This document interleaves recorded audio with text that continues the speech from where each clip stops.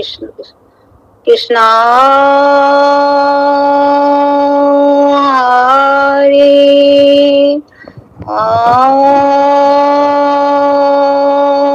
রাম কৃষ্ণ শঙ্কর গুরু হরে রাম রাম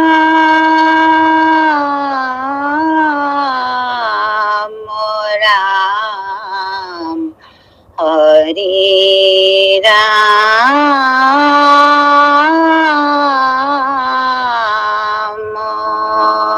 রাম রাম শ্রী কৃষ্ণ শ্লোক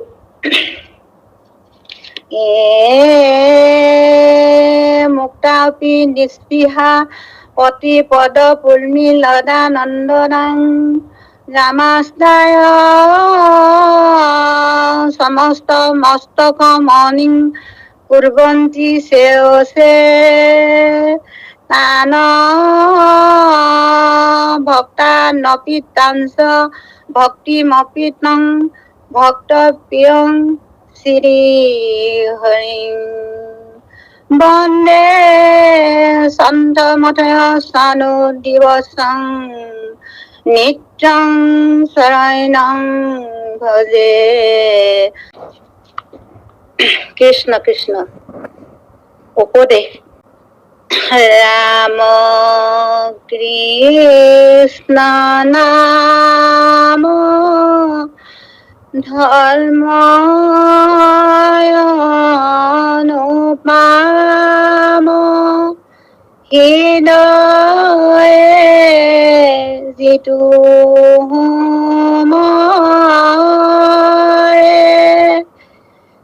যত মহাপাপ নাময় অপৰাধ হবে মৌখী মোৰ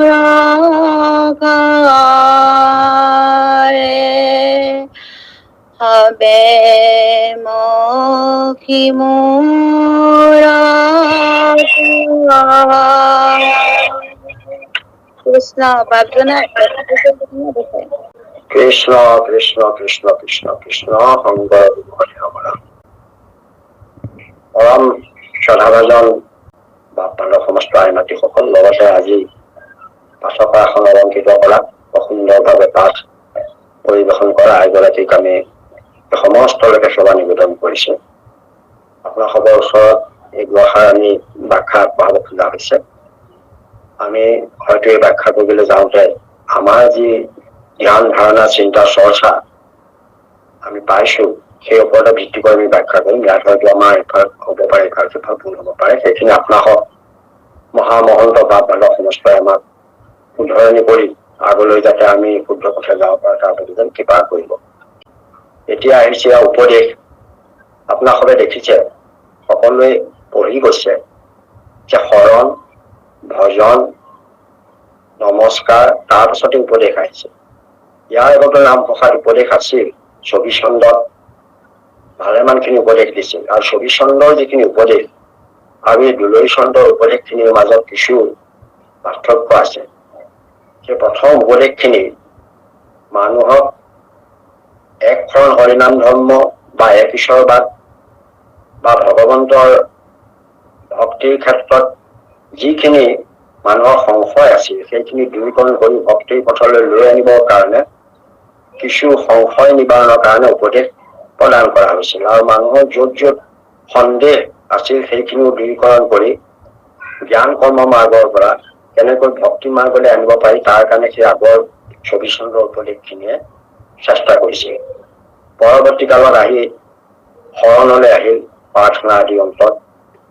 শৰণত তত্ত্বপূৰ্ণ বস্তু, তাৰ পাছতে শৰণৰ পাছত ভজনৰ কথা ব্যক্ত কৰিলে। তাৰ পাছত সমস্ত জগতখনকে ঈশ্বৰময় দেখা, নামৰ ওপৰত বিশ্বাস কৰা, ঈশ্বৰৰ ওপৰত বিশ্বাস কৰা এই ভাৱটো জগাই তুলিবৰ কাৰণে নমস্কাৰ কীৰ্তন আনি দিলে। এতিয়া এই পূৰ্বৰ কথাখিনিৰ ওপৰতে আৰু কিছু কিছু লোকৰ সংশয় বা সন্দেহ বা ইয়াতো কিবা কিবি মনৰ ভাৱত দৃঢ়তা নাথাকিব পাৰে, সেইকাৰণে সেইখিনি দৃঢ়তাখিনি আনিবৰ কাৰণে কিছু উপদেশৰ প্ৰয়োজন বুলি বোধ কৰি মহাপুৰুষ মাধৱদেৱে এই দুলৈ চন্দত আমাৰ শৰণ ভজন ভক্তি মাৰ্গত আগবাঢ়িব খোজা লোকসকলৰ কাৰণে কিছু উপদেশ প্ৰদান কৰিছে। ভকতসকলৰ কেতিয়াবা সংশয় সন্দেহ আদি ভাৱ থাকে, সেইখিনি দূৰীকৰণ কৰিবৰ কাৰণে উপদেশখিনি প্ৰদান কৰিছে। গতিকে উপদেশখিনি আমাৰ আগতে আৰম্ভ কৰিছে। প্ৰথমে আৰম্ভ কৰিছে যে ৰাম কৃষ্ণ নাম ধৰ্ম অনুপাম সদায় যিটো সময়ে যত মহাপাপ নাম অপৰাধ সবে মহিমূৰ কৰে। ৰাম কৃষ্ণ নাম ধৰ্ম অনুপাম বুলি কৈছে। অনুপাম শব্দটোৰ অৰ্থ হল ন উপাম, অৰ্থাৎ নিয়ম তৎপুৰুষ সমাস হৈছে। আমাৰ যেনেকৈ অনংগটো ন অংগ, ঠিক তেনেকৈ অনংগ হৈছে, ঠিক ইয়াতো অনুপাম হৈছে, অৰ্থাৎ কোনো উপমা নাই, উপমা বিহীন। কোনো ধৰ্মৰ লগত ইয়াক তুলনা কৰিব নোৱাৰে। ৰামকৃষ্ণ ৰামকৃষ্ণ নাম সকলো ধৰ্মৰ ভিতৰত শ্ৰেষ্ঠ, কাৰো লগত তুলনাই নহয়। যিজন লোকে সদায় ইয়াক স্মৰণ কৰি আছে, তেওঁ স্মৰণ যদি সদায় স্মৰণ কৰি আছে সৰ্বক্ষণে, তেওঁ এই জীৱন বাটত বা নিজৰ নিজৰ সংসাৰ যাত্ৰাত আগবাঢ়ি যাওঁতে যদি কৰবাত কিবা মহাপাপ হৈছে বা নাম অপৰাধো সংঘটিত হৈছে, সমস্তখিনি সেই নামৰ কৃপাত তেওঁ সমস্ত মুখীম হৈ যায় বুলি কৈছে।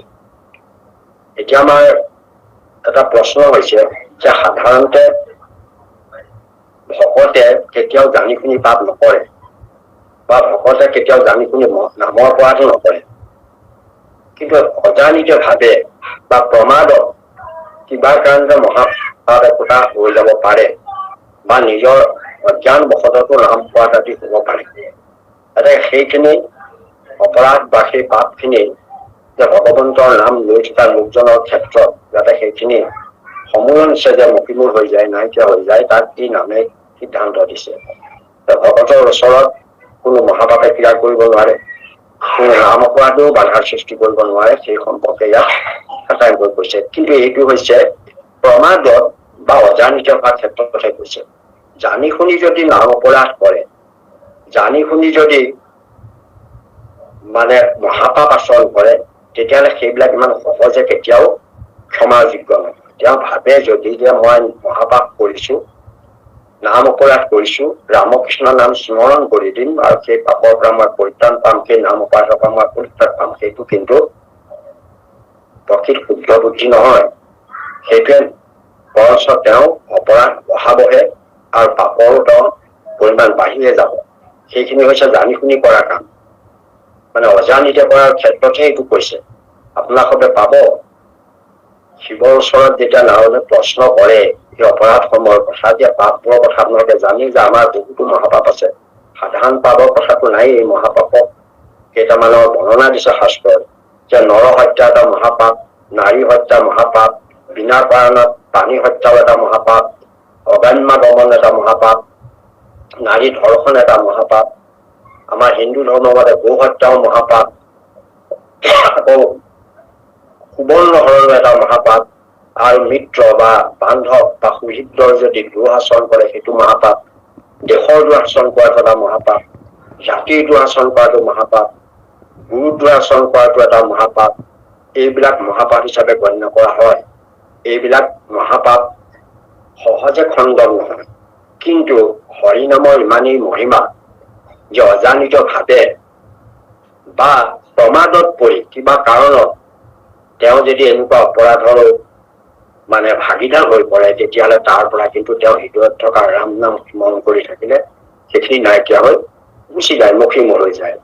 আমাৰ নিমিনব সিদ্ধ সংবাদত কৈছে যে যিজনে ঈশ্বৰৰ নাম স্মৰণ কৰি আছে, যদি তাৰ কোনোবা আহি তেওঁ সেই সময়তে পাপো হৈ যায়, তাৰ পাপ আহি গলেও সেইটো তেওঁ ঈশ্বৰৰ কৃপাত সেই পাপ তৎমুহূৰ্তে নিশেষ হৈ যায়। কাৰণ নাথাকা আন্ধাৰযুক্ত সূৰ্যৰ প্ৰকাশ ৰঞ্জিত কৰিলে জানো তৃণ হয় না, তেনেকৈ প্ৰকাণ্ড অগ্নি একোৱা জ্বলি আছে, তাত যেতিয়া তৃণ পৰি গলে সি ভস্ম হৈ যাব। আকৌ সূৰ্য যেতিয়া প্ৰকাশিত হৈ থাকে তেতিয়া তাত অন্ধকাৰ থাকিব নোৱাৰে। ঠিক তেনেকৈ যাৰ হৃদয়ত নামৰ প্ৰকাশ হৈছে, সৰ্বক্ষণে নাম সুমৰণ কৰি আছে, তেওঁ যদি কিবা এটা যাওঁতে যাত্ৰা কালত বা প্ৰমাণত ভাবি কিবা এটা তেওঁ নামে অপৰাধে হওক বা মহাপাপত পতিত হৈ গৈছে, তেতিয়াহ'লে সেইখিনি কাৰণে তেওঁ পৃথক আৰু পৰাচিত হোৱাৰ কোনো প্ৰয়োজন নাথাকে বা তাৰ কাৰণে তেওঁ সংস্কাৰৰ প্ৰয়োজন নাথাকে। কাৰণ হৃদয়ত লৈ থকা নিৰন্তৰ নামৰ কাৰণে সেই সমস্তখিনি বহ্নিত দীৰ্ণ কৰি ভস্ম হোৱাৰ দৰে সেইখিনি নিশেষ হৈ গুচি যায়। কাৰণ আপোনালোকে দেখিছে যে নাম অপৰাধক অমুক মহাপৰাধ বুলি কয়। অমুক মহাপৰাধ মানে আপুনি জানে হৰিও ৰাখিব নোৱাৰে বুলি কৈছে, যে হৰিও নোৱাৰে ৰাখিব, যাক শুনিয়া নাৰদ বুলিলা ভাগ, হৰিও হেনো ৰাখিব নোৱাৰে। গতিকে নাম অপৰাধ 10টা কথা কৈছে, আপোনালোকে শুনিছে যে ভকতৰ অপৰাধ, ভকতৰ ওচৰত অপৰাধ, আকৌ বেদক নিন্দা কৰা অপৰাধ, গুৰুক দুৰু কৰা অপৰাধ, শিৱ বিষ্ণুক গুণনামখিনি ভিন্ন কৰি দেখুৱাত অপৰাধ, হৰি নাম কীৰ্তন কৰি থাকোতে শ্ৰৱণ নকৰাটো এটা অপৰাধ, বা হৰি নাম শ্ৰৱণ কৰিবলৈ ইচ্ছা নথকা লোকৰ ওচৰত হৰিনাম কীৰ্তন দান কৰাটো এটা অপৰাধ। আকৌ আপোনাৰ ধৰক অন্যান্য ধৰ্মসমূহৰ ব্ৰত তীৰ্থ স্নান যিবোৰ আছে এইবোৰৰ সৈতে যি নামক সমান কৰি দেখুৱাই সেইটো এটা অপৰাধ। এইদৰে নামক পাপ বুদ্ধি কৰাটো এটা অপৰাধ, যে মই ঈশ্বৰৰ নাম লৈ লওঁ। কাৰণ শাস্ত্ৰত কৈছে যে একৰ নামে সংগ্ৰহিত যতে পাপ পাতকি ততে পাপ কৰিবই নোৱাৰে। গতিকে এনেকুৱা কথাবোৰৰ ওপৰত ভিত্তি কৰি কোনো কথা ভাবে যে মই পাপ কৰি যাম আৰু ঈশ্বৰৰ নাম লৈ দিম, সেই পাপৰ পাপ কৰি যাম, এইটো পাপ বুদ্ধি বুলি কয়। নামত পাপ বুদ্ধি কৰা, তেওঁ অষ্টাংগ জীৱৰ বুদ্ধি নাই। তাৰপাছত আপোনাৰ কোনোবাই হচ্ছে নামৰ ইমান মহিমা শুনি যদি নামত প্ৰীতি নকৰে, সিও এটা অপৰাধ। তাৰপৰ নামৰ লগত অৰ্থবাদ কৰাটো এটা অপৰাধ। অৰ্থবাদ বহু লোকে কৰে যে নামে কি এতেকে কাৰ্য সাধিব পাৰয়, এই বুলি নসহায় যিটো আশ্ৰয়, এতেকে কোনো লোক আছে নামেনো ইমান কাম কৰিব পৰা নাই, নামনো ইমান শক্তি আছে, নামেনো সমস্ত পাপ নাশ কৰিব পৰা নাই, এই বুলি যদি কোনোবাই অৰ্থবাদ কৰিব খোজে, সেইটোৱে অৰ্থবাদ বুলি কৈছে। গতিকে সেই তেনেকুৱাটো নামৰ অপৰাধ। তেনেকৈ নামৰ 10টা অপৰাধ আছে। এই 10টা অপৰাধ অক্ষমণি অপৰাধ, এইখিনি কেতিয়াও এইখিনিৰ পৰা ৰক্ষা নাপায়। হৰিও নোৱাৰে ৰাখিব, যাক শুনিয়া নাৰদ বুলি কয়। নাৰদে আচৰিত হৈ গ'ল যে হৰিও ৰাখিব নোৱাৰে। তাৰ উপায় যেতিয়া নাৰদে বাৰে বাৰে শিৱক সুধি থকাত শিৱই কলে যে উপায় আছে, যে কি আছে, যে দুটা কথা আছে। নামৰ অপৰাধ যদি কোনোবাই প্ৰমাদত থাকি কোনোবাই যদি অজ্ঞান বশতঃ কৰিছে, তেতিয়াহ'লে সেইটো পৰা তেওঁ নাম ললে গতি পাই যায়। যদি জানি শুনি জ্ঞানবশতঃ তেওঁ যদি নামৰ অপৰাধ কৰিছে, তাৰ পৰা কিন্তু তেওঁ সহজে পৰিত্ৰাণ নাপায়। তেতিয়া আকৌ নাৰদে আকৌ শুনিল যে কিবা এটা উপায় থাকিব। তেতিয়া উপায়টো বেলেগেই, যে বিনা ভক্ত অপৰাধ, যদি ভক্তৰ অপৰাধটো বাদ দি বাকী 9টা অপৰাধৰ পৰা পৰিত্ৰাণ পোৱাৰ মই উপায় দিব পাৰো। বাকী 9টা অপৰাধ মানে ভক্ত অপৰাধ যদি মই কেতিয়াও উপায় দিব নোৱাৰো। কাৰণ এই বাকী কেইটা 9টা অপৰাধত তেওঁ নিৰন্তৰ ভাৱে যদি ভগৱন্তৰ ৰামকৃষ্ণ নাম স্মৰণ কৰি থাকে, নাম লৈ থাকে, তেতিয়াহ'লে তেওঁ বাকী 9টা অপৰাধৰ পৰা ৰক্ষা পাব। ভকতৰ অপৰাধৰ পৰা ৰক্ষা নাপায়। ভকতৰ অপৰাধৰ ৰক্ষা কেনেকৈ পায় হব? পুনৰ নাৰদে শুনিল। তেতিয়া কলে যে যিজন ভকতৰ ওচৰত অপৰাধ কৰিছে, সেইজনেহে তেওঁক উদ্ধাৰ কৰিব পাৰিব, তাক তেওঁ ক্ষমা কৰিব লাগিব। ভকতৰ অপৰাধ কোনবিলাক কৰি প্ৰশ্ন কৰোতে কোনবিলাক ভকতৰ অপৰাধ হব পাৰে? তেতিয়া তেওঁ কৈছিল যে ভকতক প্ৰহাৰ কৰা, ভকতক তাচ্ছিল্য কৰা, ভকতক কুৎসা বা অন্য লোকৰ ওচৰত ৰচনা গাই দিয়া, বা ভকতৰ বস্তু হৰণ কৰি নিয়া, চুৰ কৰি নিয়া, ভকতক অপদস্থ কৰা, অপমান কৰা, ইত্যাদি ইত্যাদিবিলাক হেনো ভকতৰ উদ্যোগ। গতিকে সেইবিলাক কৰিলে তাত হেনো ভগৱন্তই ৰাখিব নোৱাৰে আৰু নামেও ৰাখিব নোৱাৰে বুলি কৈছে। আমাৰ আপোনালোকে এটা ফকৰা পাব, ফকৰা এটাত নাৰায়ণদেৱ ঠাকুৰে লিখিছে যে কৃষ্ণ ভাগে নামত, নাম ভাগে ভকতত, ভকত আৰু নাভাগে। কৃষ্ণৰ ওচৰত যদি অপৰাধ কৰে, নামত শৰণ লয় বাৰ নামে হলে তাৰ চবে পাতিব, নামে সেই পাপৰ পৰা উদ্ধাৰ কৰিব পাৰে। সেই নামৰ যদি অপৰাধ কিবা এটা কৰে, বাকী 9টা যিকেইটা কথা কৈছে, সেই নামৰ অপৰাধো ভকতে পৰিত্ৰাণ কৰিব পাৰে। ভকতৰ সময়ত গৈ নাম আদি ললে তাৰ পৰা উদ্ধাৰ পাব পাৰে। কিন্তু ভকত আৰু নাভাগে, অৰ্থাৎ ভকতৰ অপৰাধ খণ্ডন নহয়। ভকতক যিজনৰ ওচৰত অপৰাধ কৰিছে, তেওঁৰ ওচৰতহে খণ্ডন হব। তেওঁৰ ওচৰত গৈ তেওঁ তাৰ উপায়ো দিছে, কি কৰিলে তেওঁ অৱধি ভকতক প্ৰহাৰ কৰে, তেওঁ এবছৰ ধৰি সেই মানুহজনক সেৱা শুশ্ৰূষা কৰিব লাগিব। আৰু তেওঁ যদি কিবা তেওঁ চুৰ কৰে, তেতিয়াহ'লে যিমান চুৰ কৰিছে তাতকৈ দুগুণ দি তেওঁ সেইখিনি উভতাই দি তেওঁৰ ওচৰত ক্ষমা বিচাৰিব লাগিব। এবছৰ ধৰি তেওঁৰ ঘৰত চাকৰ কৰিব লাগিব, তেওঁ সেৱা শুশ্ৰূষা কৰিব, ইত্যাদি বিধানবোৰ শিৱই দিছে তেতিয়াহে সি ভকতৰ অপৰাধৰ পৰা ৰক্ষা পায়। গতিকে ভকতৰ অপৰাধ এটা জটিল অপৰাধ, অমোঘ অপৰাধ বুলি কৈছে। গতিকে এইখিনি অপৰাধ যদি মানুহজনে ৰামকৃষ্ণ নামে তেতিয়াহে পাৰিব যদিহে সি প্ৰকৃততে তেওঁ অজানিত ভাৱে বা প্ৰমাদত পৰি হঠাৎ সেই নাম অপৰাধ বা মহাপাতকত কৰিছে। সেইকাৰণে সেই মানুহে হয়তো ভাবিব কোনোলোকে সহজে যে এনেকুৱা ৰামকৃষ্ণ নামৰ মহিমানে যে মহাপাপ কৰিব, ৰামকৃষ্ণ নাম সুমৰণ কৰিলে তাৰ পৰা উদ্ধাৰ পাই যাব, নাম অপৰাধ কৰিব, আকৌ নাম অপৰাধৰ পৰা উদ্ধাৰ হৰিও ৰাখিব নোৱাৰে বুলি কৈছে। এইটো কেনেকুৱা কথা? আচলতে ইয়াত এই ভকতৰ কাৰণে এইটো কৈছে, কাৰণ আগত ঘূৰি গ'ল গোটেইখিনি ভকতৰ কথা। গতিকে শৰণ লোৱা, ভজন লোৱা, ভগৱন্তক সৰ্বতে দৰ্শন কৰা লোকসকল নিশ্চয় ভকত। ভকতসকলে জানি শুনি নাম অপৰাধো নকৰে, মহাপাপো নকৰে। কেতিয়াবা অজানিতে হৈ যায় তেওঁলোকৰ ঘাট কাঠত কথাতহে এই কথাটো কৈছে। গতিকে এইটো ভুল বুজিলে নিশ্চয় আমাৰ অসুবিধাৰ সৃষ্টি হব। কেনেকৈ মানে ৰাম নামে সেইখিনি কৰিব পাৰে? আচলতে এইটো জানি শুনি কৰা, বাৰে বাৰে কৰা, একেটাকে বাৰে বাৰে কৰি থকা। কাৰণ অপৰাধ কৰিলে, পাপ কৰিলে অনুতপ্ত হব লাগিব। অনুতপ্ত সেইটো পাপ কেতিয়াও নকৰো বুলি প্ৰতিশ্ৰুতিবদ্ধ হব লাগিব। তাৰ পাছতহে সংস্কাৰ আছে। গতিকে সেইটো হল মানে এইটো অজানিতে কৰা পাপৰ ক্ষেত্ৰতহে এইখিনি কোৱা হৈছে।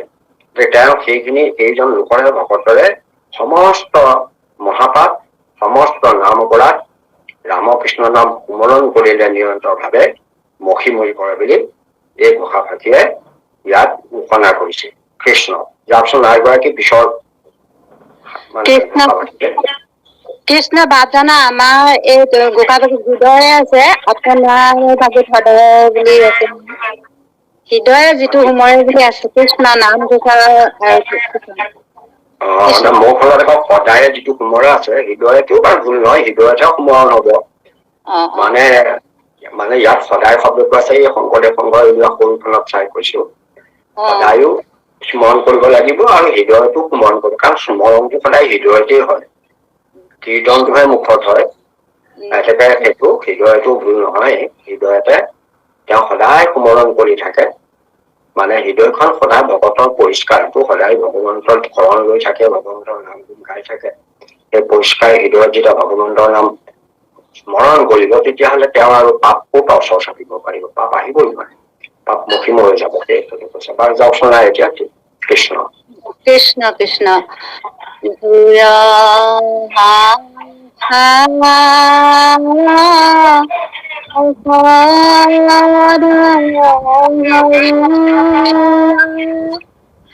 তেজি নাম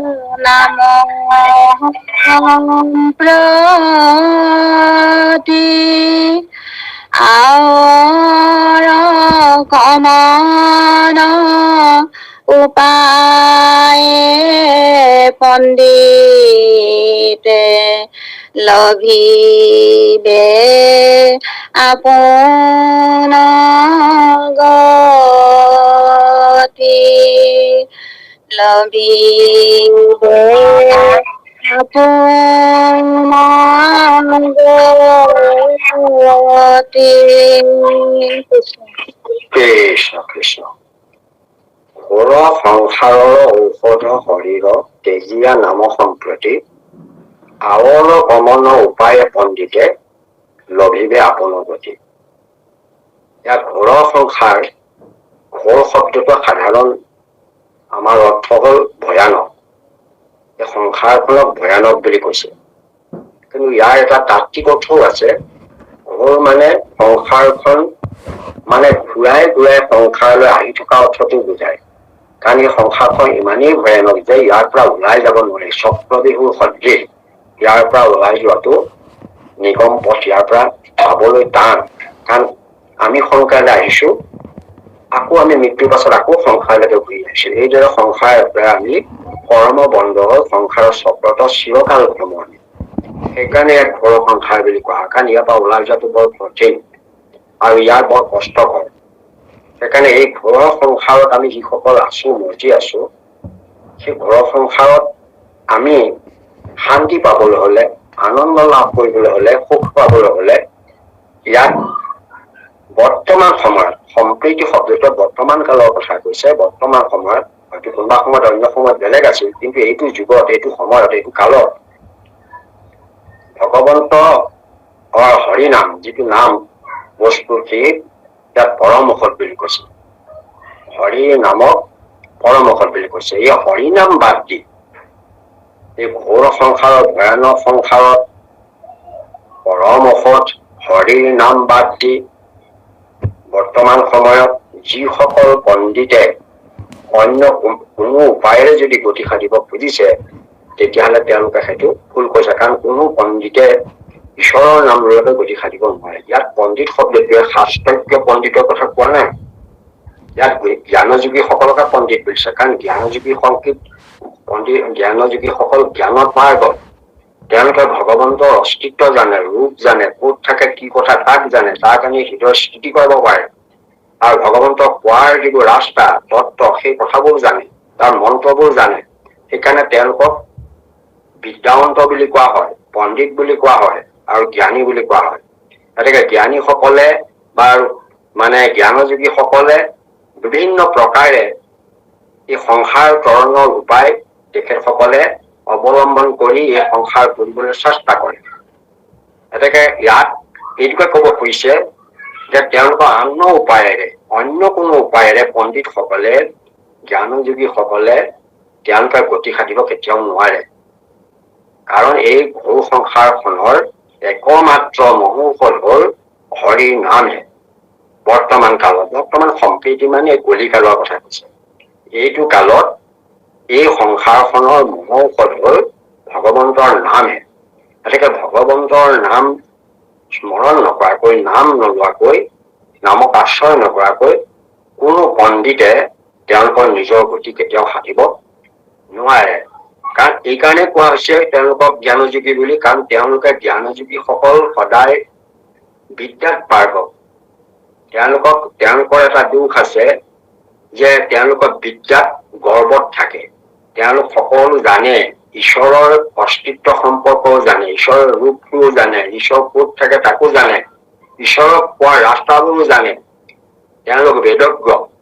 সেইকাৰণে তেওঁলোকক ইয়াত পণ্ডিত উপায় কৈছে। তেওঁলোকে ভাবে যে আমি অতি সহজে এই পাণ্ডিত্য গুণেৰে, যোগ বলেৰে, সাধনাৰ বলেৰে আমি ঈশ্বৰৰ ওচৰলৈ গুচি যাব পাৰিম, গতি সাধিব পাৰিম। কিন্তু সেইটো সম্ভৱ নহয়। কোনো পণ্ডিতে, কোনো মহাযোগীয়ে যোগ সাধনাৰ দ্বাৰা আজিলৈকে গতি পোৱাৰ কোনো উদাহৰণ নাই।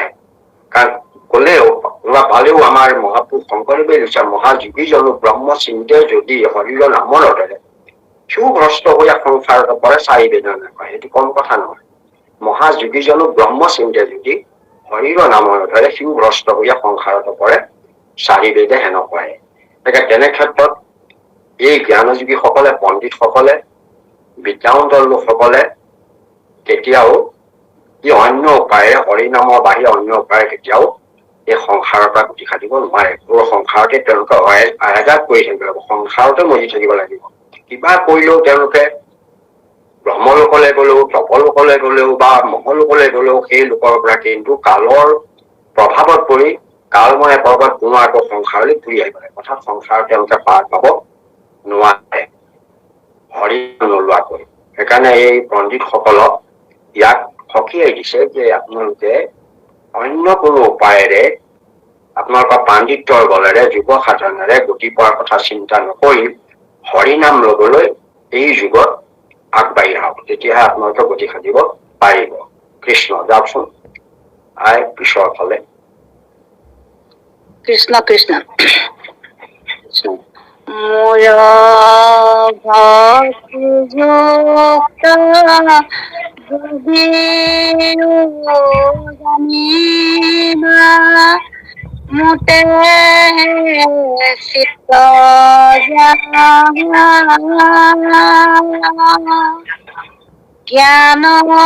কৰ্ম বিনে কেৱল ভক্তি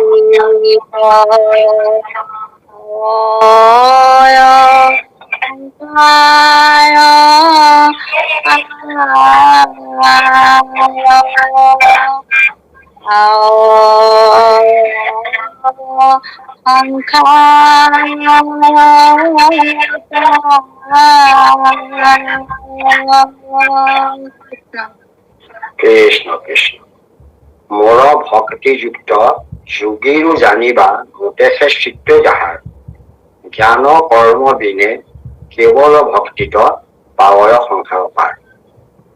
এতেকে যিসকল যোগীয়ে মোৰ ভক্তিযুক্ত হৈছে, মোৰ চৰণত ভক্তিযুক্ত হৈছে আৰু মোটেই গোটেই চিত্তটো অৰ্পণ কৰিছে, তেওঁ জ্ঞান কৰ্ম এইবোৰ নকৰি কেৱল ভক্তি কৰিলেই তেওঁ এই সংসাৰৰ পাৰ পাব পাৰিব।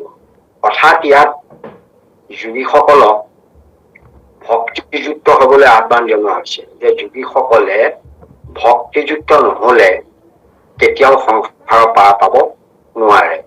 আমি এতিয়া চাওঁ যোগী মানে কোনোবা জাতৰ যোগী কোৱা নাই, যিবিলাকে যোগ সাধনা কৰে। আমাৰ বহু ৰকমৰ যোগ আছে, যেনে ৰাজযোগ, হঠযোগ, এই দুভাগত যোগটো সাধাৰণতে ভাগ কৰিছে।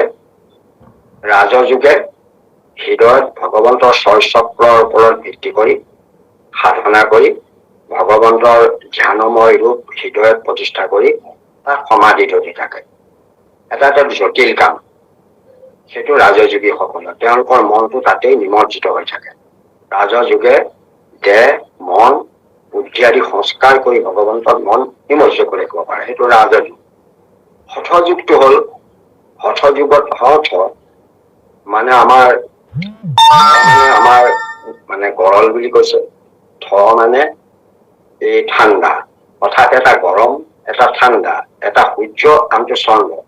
অৰ্থাৎ আমাৰ শৰীৰত দুডাল বিশেষ স্নায়ু আছে, এডালক সূৰ্যবাহ বুলি কয় বা অগ্নিবাহ বুলি কয়, আৰু আনডালক মানে এই চন্দ্ৰবাহ বুলি কয়। চন্দ্ৰবাহডালক শীতল বুলি কৈছে, আৰু লগে লগে সেইডালক আমাৰ পুণ্যবাহ নাৰী বুলি কৈছে, আৰু ইডালক ইপিনে আমাৰ পাপবাহ বুলি কৈছে। এতিয়া হীৰা আৰু পিঙলা, আপোনালোকে নামটো শুনিছে। গতিকে এই দুডালক আশ্ৰয় কৰি তেওঁলোকে শ্বাস প্ৰশ্বাসৰ ওপৰত ভিত্তি কৰি প্ৰণায়াম কৰি শৰীৰটো ৰোগমুক্ত কৰে। গতিকে এইটো হঠযোগ। হঠযোগটো মানে ৰাজযোগৰ নিচিনা নহয়, ইয়াত শৰীৰটোকে বিশেষভাৱে পৰিশুদ্ধ হবলৈ লৈ যোৱাৰ চেষ্টা কৰে, শ্বাস প্ৰশ্বাসৰ ওপৰত নিয়ন্ত্ৰণ ৰাখিবলৈ বিচাৰে। যে আমাৰ যেনেকৈ সোঁনাকে উশাহ টানি বাওঁনাকে এৰি বা বাওঁনাকে উশাহ লৈ সোঁনাকে এৰি, কাৰণ হীৰা নাড়ীডাল আহি আমাৰ বাওঁনাকৰ লগত সংযোগ হৈছে, আৰু পিঙলা নাড়ীডাল আহি যৌগিক ভাষা মানে আমাৰ সোঁনাকৰ লগত সংযোগ হৈছে। এতিয়া সোঁনাকৰ শ্বাস প্ৰশ্বাস চলিলে তেতিয়া হেনো সেইটো পাপবাহ হৈ থাকে। সেই সময়ত হেনো যিবোৰ কাম ক্ৰোধ লোভ ধন ঘটা অন্যান্য কাম বন কৰিলে হেনো তাত কৃতকাৰ্য হয়, মানে এই যোগ শাস্ত্ৰৰ মতে। আৰু যদি ঈশ্বৰ উপাসনা, ভগৱান ভক্তি, সৎ কাম, সৎ চিন্তা ভাৱনা এই কামবোৰ কৰিব বিচাৰে, তেতিয়া হেনো যদি বাওঁনাকৰ শ্বাস প্ৰশ্বাস চলি থাকে তেতিয়াহ'লে তাত তেওঁ কৃতকাৰ্য হব পাৰে। সেইকাৰণে আমি যিমানে ঈশ্বৰ চিন্তা কৰিম, হৰি চিন্তা কৰিম, ঈশ্বৰৰ নাম লম, সিমানে আমাৰ বাওঁনাকৰ শ্বাস প্ৰশ্বাস চলিব। বাওঁনাকৰ শ্বাস প্ৰশ্বাস হোৱাৰ কাৰণে শৰীৰটো শীতল হব, কাৰণ শৰীৰ শীতল হৈ থাকিব, শৰীৰত তেতিয়া শক্তি ক্ষয় কম হব। পিঙলা নাড়ীত শক্তি বেছি ক্ষয় হয়। দুইডালৰে প্ৰয়োজন আছে, কিন্তু আমি যদি ভগৱন্তৰ নাম স্মৰণ কৰিব পাৰো, ভগৱন্তৰ চৰণ চিন্তা কৰিব পাৰো, সৎ ভাৱনাত যদি মন নিমজ্জিত কৰিব পাৰো, সৎ উদ্দেশ্যৰ প্ৰতি যদি ধাৱমান হওঁ, তেতিয়া আমাৰ এই পুণ্যবাহ নাড়ী অৰ্থাৎ হীৰা নাড়ী বায়ু সঞ্চালন হৈ আমাৰ শৰীৰটো শীতল কৰি ৰাখিব, মনটো শীতল কৰি ৰাখিব, বুদ্ধি শীতল কৰি ৰাখিব। সেইকাৰণে এইবিলাক হল হঠযোগৰ কথা। গতিকে কোনোবাই যোগ কৰিলে বুলি তেওঁ ভুল কৰিছে, এইটো ভবাটো ভুল হব, কাৰণ আমাৰ সকলো লোকে এই হঠযোগ কৰিব পাৰে। আমাৰ ৰাজযোগহে শংকৰদেৱে বাদ দিছে, যে ৰাজযোগ কৰি সাধনা কৰাৰ কোনো প্ৰয়োজন নাই, ঈশ্বৰৰ নাম ললেই ৰাজযোগৰ সাধনা খিনি হৈ যায়। ভকতি কৰোঁতে জানা আপুনি উপদেশ জ্ঞান, এতেকে যোগ চিন্তি মৰৈ মিছা কাজে। গতিকে ভকতি কৰিলেই মানে ৰাজযোগৰ কামখিনি হৈ যায়। কিন্তু শৰীৰৰ যিখিনি আমাৰ মানে নিজৰ টিচু আছে বা আমাৰ কোষ আছে বা আমাৰ নাৰ্ভ আছে বা অন্যান্য যিবিলাক আমাৰ অংগ প্ৰত্যংগ আছে, এইবিলাকক আমি যদি ভালকৈ সঞ্চালিত কৰি শ্বাস প্ৰশ্বাস যদি আমি শৰীৰত ভালধৰণে সঞ্চালিত কৰিব পাৰো, তেতিয়াহ'লে আমাৰ শৰীৰটো নিৰোগী হৈ যাব পাৰে। সেইকাৰণে হঠযোগৰ প্ৰয়োজনীয়তা উপলব্ধি কৰি বহু লোকে হঠযোগ সাধনা কৰে।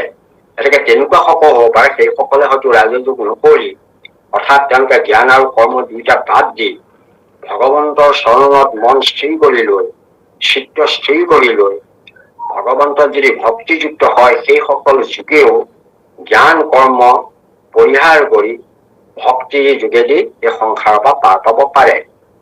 যে সকলে তেওঁলোকে যে যোগ সাধনা কৰিলে তাৰপাছত আৰু তেওঁলোকে ভক্তি কৰিলে গতি ল'ব, সেইটো নহয়। তেওঁলোকে যোগ সাধনা কৰিলে যোগৰ লগত মানে জ্ঞান মাৰ্গত জড়িত হৈ আছে। আকৌ কৰ্ম মাৰ্গত আপোনাৰ বিভিন্ন ধৰণৰ দান মানে দক্ষিণা বিভিন্ন কৰ্ম জড়িত হৈ আছে, কাৰণ এইবোৰ অবিদ্যাজনিত সুখ।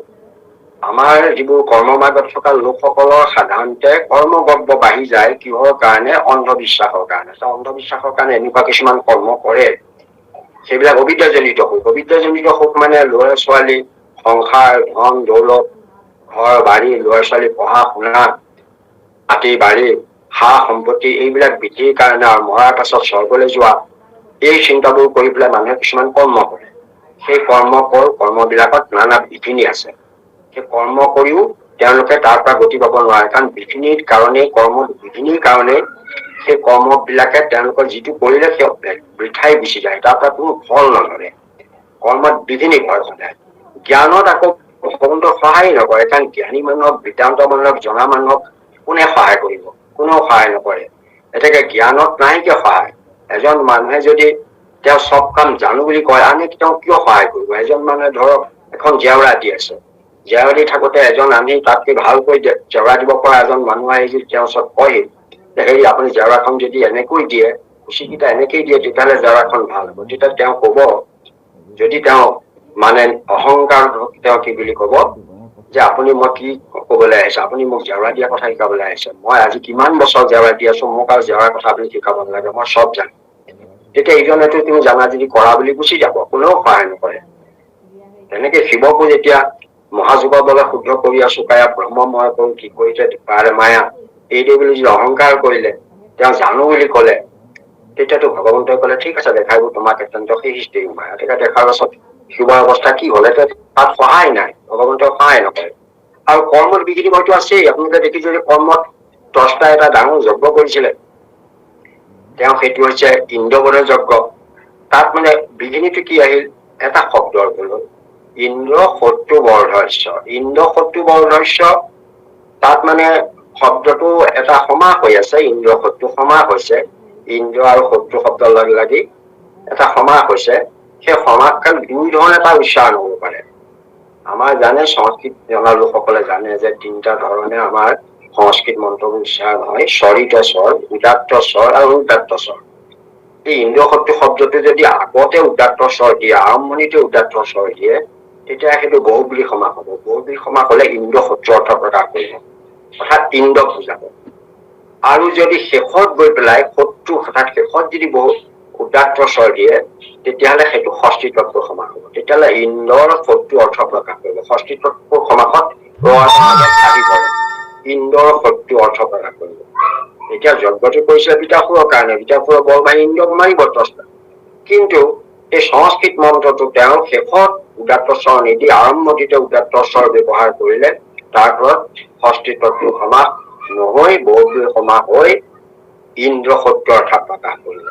অৰ্থাৎ ইন্দ্ৰৰ শত্ৰু নহয়, ইন্দ্ৰৰ শত্ৰু হলে বিতাসুৰ হলহেঁতেন, আৰু ইন্দ্ৰৰ শত্ৰু হলে ইন্দ্ৰ হল। অৰ্থাৎ গৈ পেলাই ইমান ডাঙৰ যজ্ঞ এটা কৰিলে, সেই যজ্ঞটোৰ ফল হল ইন্দ্ৰহে বল বাঢ়িল, বিতাসুৰৰ বল নাবাঢ়িল, আৰু সেই ইন্দ্ৰই আহি বিতাসুৰকে মাৰি পেলালে। এতিয়া সেই যজ্ঞটোত বিঘিনি হৈ গল।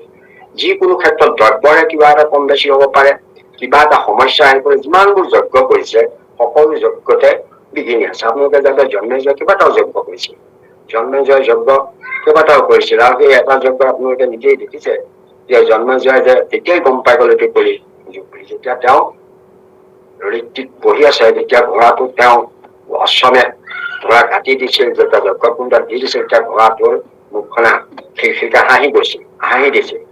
তেতিয়া সেই থকা ঋতিকটোৱে হাঁহি পেলালে, ঘোঁৰাটোৱে হাঁহা দেখি।